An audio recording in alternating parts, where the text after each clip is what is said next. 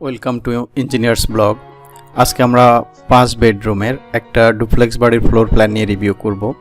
তো যেই রেন্ডার ইমেজটা দেখা যাচ্ছে এটা বাড়ির সামনের সাইডের ফ্রন্ট এলিভেশন থেকে রেন্ডার ইমেজ করা।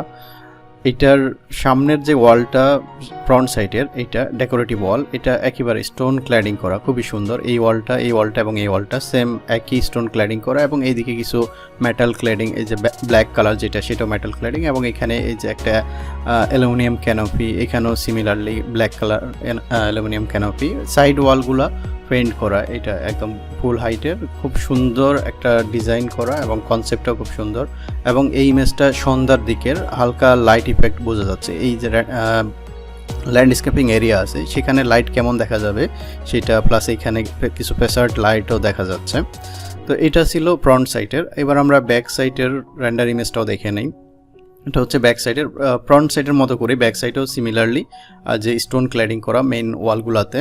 তারপর এটা অ্যালুমিনিয়াম ক্যানোপি, এই যে এটা, এই দুইটা, এবং এখানে মেটাল ক্ল্যাডিং করা।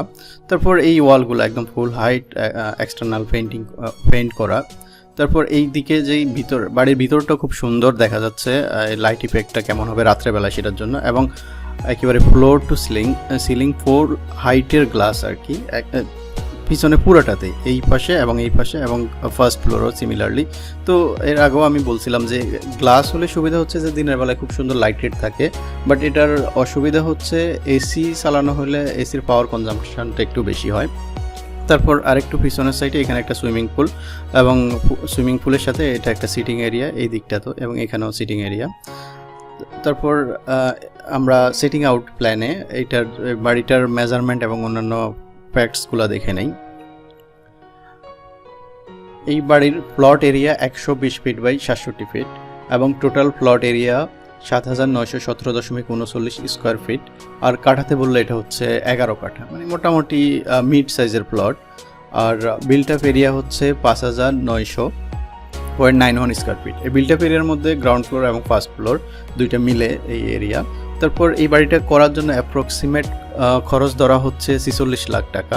তো এই 46 লাখ টাকা ডিপেন্ড করবে যখন বাড়ি করা হবে তখন বিল্ডিং ম্যাটেরিয়ালের প্রাইস কেমন থাকবে এবং কী ধরনের ফিনিশেস ইউজ করা হবে সেটার উপর বেস করে এই অ্যামাউন্টটা কিছুটা বাড়তেও পারে, কিছুটা কমতেও পারে। এই হচ্ছে সেটিং আউট নিয়ে কথাবার্তা। আমরা এবার সেটিং আউট প্ল্যানটা দেখি। এটা হচ্ছে সেটিং আউট প্ল্যান, পুরো প্লটটা ভিতরের যেই এরিয়াগুলো ডিস্ট্রিবিউশন সেটা। এই যে লাইনটা দেখা যাচ্ছে সেটা হচ্ছে যে কম্পাউন্ড ওয়াল বাইরে দিয়ে, এবং এইখানে এটা হচ্ছে যে ভেহিকেল এন্ট্রান্স, মানে এইটা হচ্ছে গ্যারেজ, এইখানে দুইটা গাড়ি পার্ক করা যাবে। তারপর এটা হচ্ছে যে মেইন এন্ট্রান্স, এখান দিয়ে বাড়ির ভিতরে ঢুকবে এবং এইখান দিয়ে শুরু করে এই অংশ পুরাটাই হচ্ছে মেইন বাড়িটা।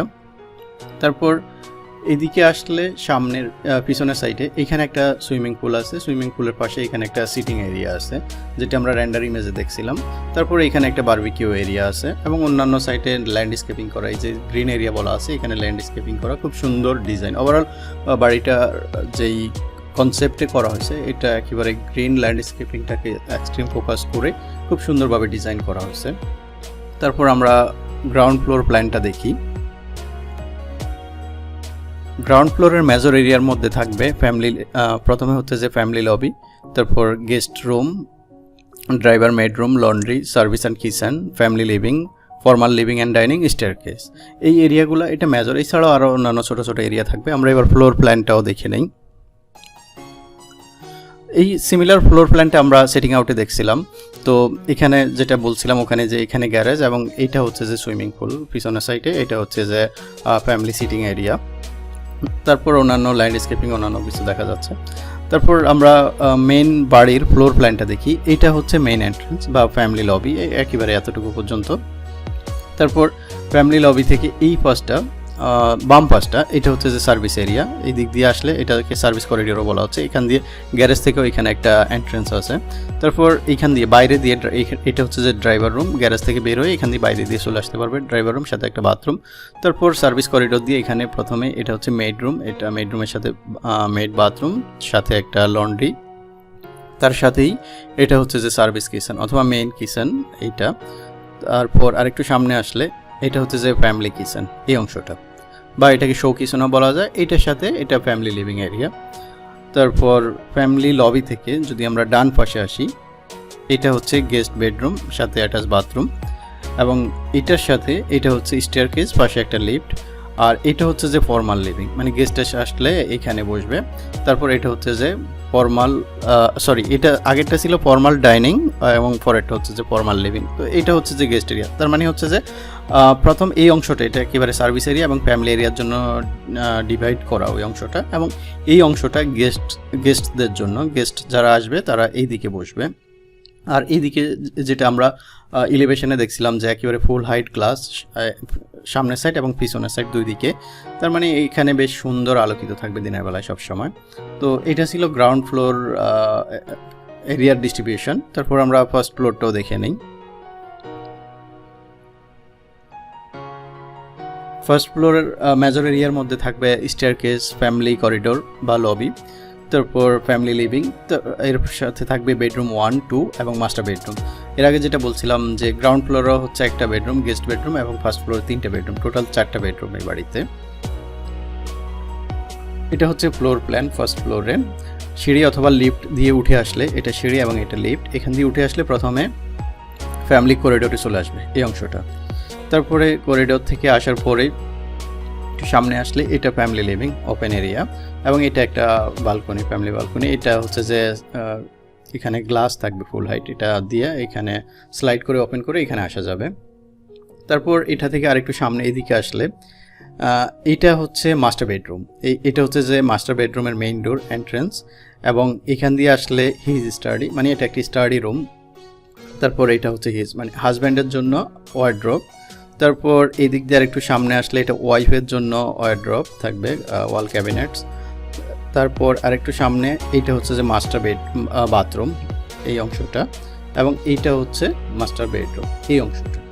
মাস্টার বেডরুমটা অনেক বড় এবং কয়েকটা এরিয়াতে ডিভাইড করা। তারপর সিঁড়ি রুম থেকে যদি আমরা ডান পাশে আসি, এখান দিয়ে এটা হচ্ছে যে বেডরুম 2 এন্ট্রেন্স, বেডরুম 2তে সরাসরি এখান দিয়ে ঢুকবে, এবং এটা হচ্ছে যে WIC ওয়াল ক্যাবিনেট, এবং এটা বাথরুম, এবং এই অংশটা হচ্ছে বেডরুম। সিমিলারলি বেডরুম 2 এখানে, বেডরুম এখান দিয়ে ঢুকবে বেডরুম 2তে, ঢোকার পরেই এখানে WIC, এবং এটা হচ্ছে বাথরুম। তারপর অপোজিটে এটা হচ্ছে যে একটা লাইব্রেরি এই অংশটা, এবং এই দিকটাতে একটা ফুল হাইট গ্লাস স্লাইড করার মতো ডোর থাকবে, এবং এখান দিয়ে এই অংশটাতে রিডিং টেরেস যেটা, এখানে আসা যাবে।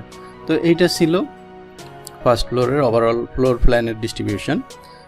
আর এই বাড়ির ফ্লোর প্ল্যান যেহেতু গ্রাউন্ড ফ্লোর এবং ফার্স্ট ফ্লোর মিলে এতটুকুই। তারপর এটা ছিল আমাদের লাস্ট উইক ভিডিও। গত সপ্তাহে আমরা এই সুন্দর বাড়িটা নিয়ে রিভিউ করছিলাম।